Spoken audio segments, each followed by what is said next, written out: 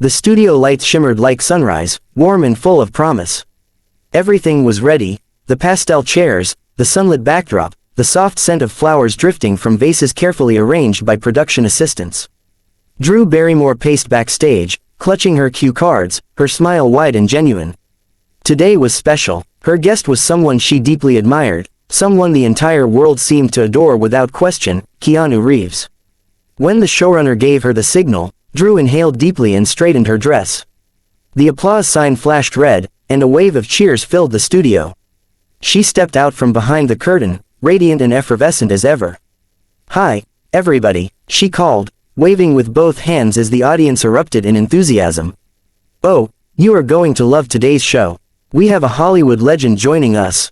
A man of mystery, humility, and about 1,000 internet memes. Please welcome the incredible Keanu Reeves." The crowd rose to their feet, clapping and shouting. Keanu stepped onto the stage with his trademark modest smile, dressed simply in a black blazer, worn jeans, and boots. His hair brushed his shoulders, and his movements carried that unbothered grace that had made him an icon. Drew met him halfway, her arms open for a hug. He accepted it, briefly but warmly. "Keanu Reeves, ladies and gentlemen," Drew said as they took their seats. "Can we just appreciate this man for a second? You are universally loved. I don't think I've ever met anyone who doesn't adore you." The audience cheered again, and Keanu gave a small laugh, shaking his head. "That's very kind, thank you. I'm just trying to get through life like everyone else." Drew beamed. "You say that, but you've become this symbol of decency. Like the internet's favorite human being. It's incredible." "Well," Keanu said, eyes soft, "I think we all want to be seen for our good sides. Maybe people just like the parts of me that reflect what they wish the world looked like." There was a hum of approval from the crowd. Drew leaned forward, intrigued. "You're so philosophical. Do you think that's why people are drawn to you? Because you stay so calm, even in a world that's, well, a little nuts?" He chuckled, low and kind. "Maybe. Or maybe I've just learned that peace is worth more than pride." The first few minutes were easy, charming stories about his film, his love of motorcycles, even a light-hearted memory of learning guitar for his band Dogstar. Drew laughed at everything, her eyes sparkling, feeding off the rhythm of his gentle humor. The audience hung on every word. Everything was going exactly as the producers had hoped, until Drew, always chasing raw emotion, decided to dig deeper. "So," she said playfully, crossing her legs and tilting her head, "everyone says you're the nicest man in Hollywood.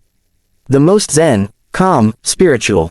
But come on, there has to be another side of Keanu Reeves, right? You ever lose your temper?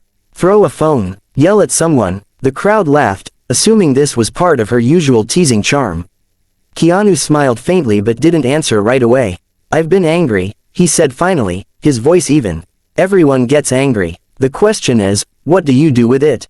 Drew laughed nervously. "So you just meditate the anger away?" He looked at her, and though his tone remained kind, his gaze sharpened slightly.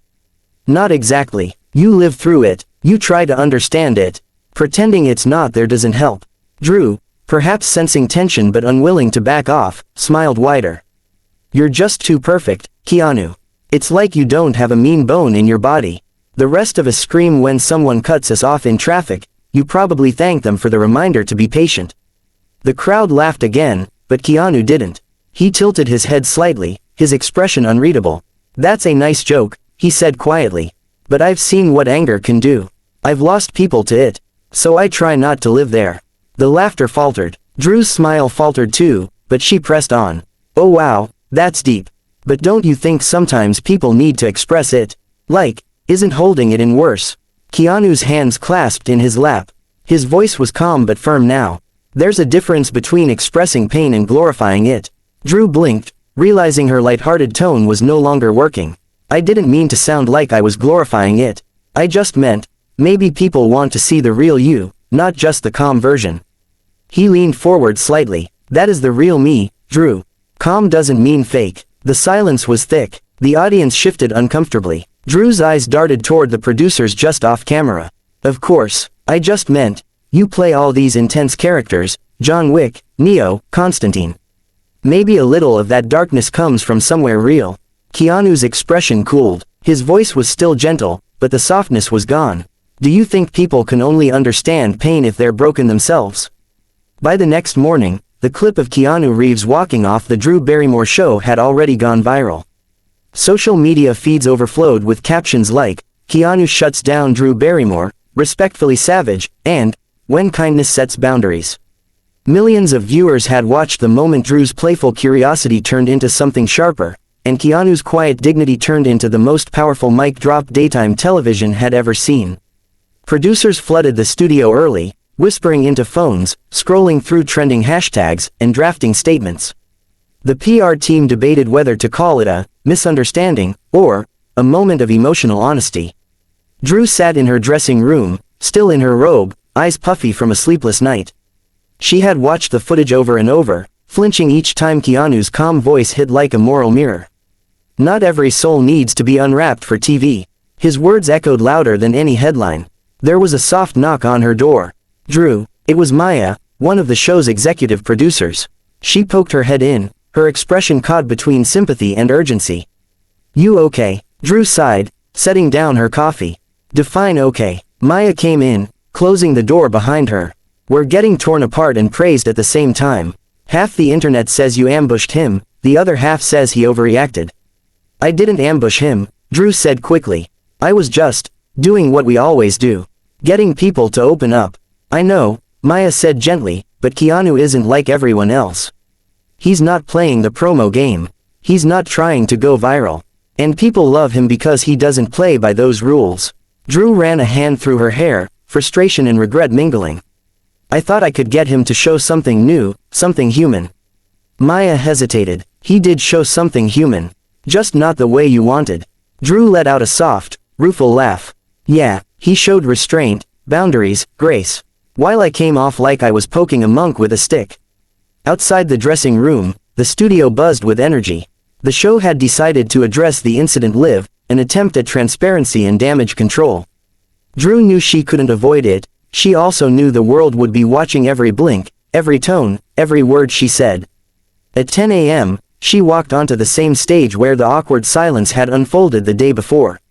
The audience clapped, a mixture of support and curiosity. She smiled weakly, her voice steady but gentler than usual.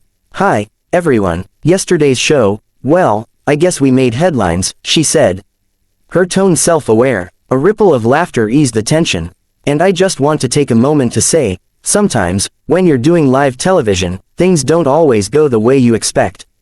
I have so much admiration for Keanu Reeves. He's one of the kindest, most thoughtful people I've ever met, and I never intended to make him uncomfortable." The crowd applauded softly. Drew continued, hands folded. "I think, in trying to connect, I crossed a line. And that moment reminded me that not everyone wants to be dissected for the sake of relatability. Some people just want to be." There was a sincerity in her eyes that transcended PR polish. She paused, looking toward the camera. "Keanu, if you're watching this, which, knowing you, you probably aren't, you have my respect. And my apology." The audience clapped again, longer this time. It wasn't absolution, but it was human. Meanwhile, miles away, Keanu sat in his modest kitchen, sipping black coffee. He wasn't on social media, but his assistant had told him what was happening, how his walkout had turned into a global talking point. He didn't feel anger. Mostly, he felt weary. The world loved conflict almost as much as it claimed to love peace. His phone buzzed. A message from his publicist.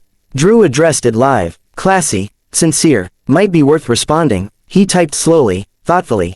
"No need." The moment spoke for itself. But as he set the phone down, he hesitated.